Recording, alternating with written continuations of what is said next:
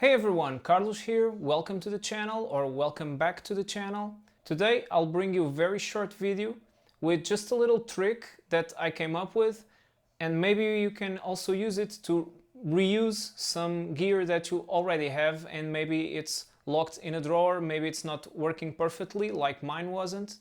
If you follow me on Instagram, you know that I've been redoing my home setup that you can see behind, and I was very purposeful on how I placed my rack gear. On this side, very close to the spot where I'm working, to the sweet spot, I placed my preamps so that I can tweak and play and look at the screen and hear from the monitors without moving a lot.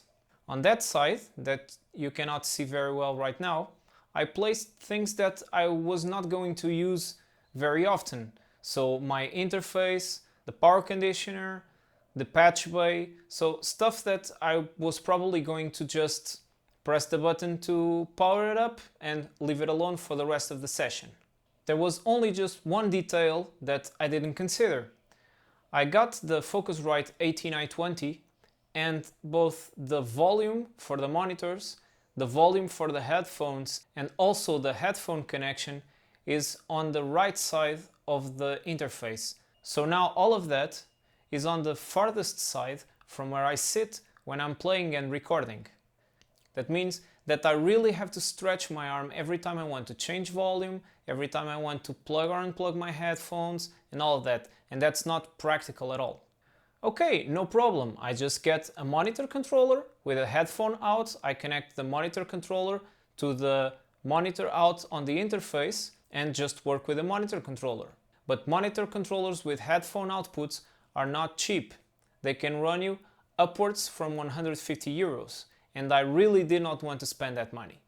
So that's when I remembered I had this unit laying around. It's an old Tascam IU2. It's an iOS interface so that you can record to an iPad or an iPhone, but it's an old unit. It has the 30-pin connector, so I cannot use it with my current iPhone. Furthermore, the unit got damaged some time ago, so every time you would connect it to a computer or to an iPad, the resources from the machine would go up to 100% and you would start having digital artifacts in your recording. So it's no use to me, and it has been sitting in a drawer for, I don't know, maybe 4 or 5 years, maybe more. This unit has direct monitoring, so anything you connect to the inputs, you can pass through to the outputs, just regulating the volume.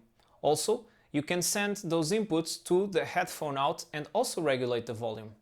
So now, the way I have everything connected is the main outputs of my Focusrite interface go into the inputs of the Tascam.